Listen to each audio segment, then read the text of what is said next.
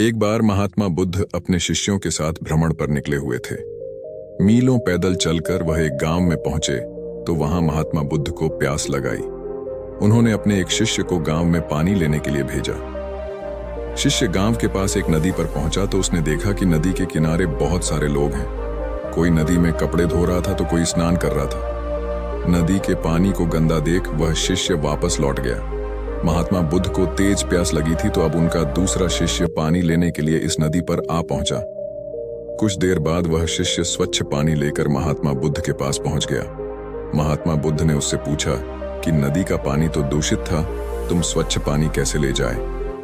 इस पर उस शिष्य ने कहा कि गुरुदेव, मैंने वहां कुछ देर ठहर कर प्रतीक्षा की। जब लोग वहां से चले गए तब नदी के पानी में मिट्टी नीचे बैठ गई और स्वच्छ जल ऊपर आ गया।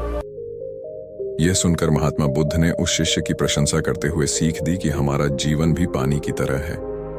जीवन में कई बार दुख और समस्याएं आती हैं जिससे जीवन रूपी जल दूषित लगने लगता है, लेकिन हमें धैर्य रखना चाहिए और व्याकुल नहीं होना चाहिए। धैर्य से काम लेंगे तो ये समस्याएं कुछ समय बाद स्वयं ही आपका साथ छोड़ देंगी। तब महात्मा बुद्ध बोले, सब लोग भेंट इस मंशा से दे रहे हैं कि उनका कुछ भला होगा, और वो सिर्फ उतना दे रहे हैं जिससे उनको कोई नुकसान ना हो। लेकिन उस औरत ने तो अपन सब कुछ दे दिया जो उसके पास था। उसने अपने बारे में कुछ भी नहीं सोचा। उसके इस कृत्य के पीछे उसकी सच्ची भावना थी, इसलिए मैंने वो झूठा आम खाया। यही भावनाओं का महत्व है। इसी तरह हम भी जब पूर्ण भावना से प्रभु के हो जाएंगे तो प्रभु स्वयं हमारा जीव धन्य हो जाता है।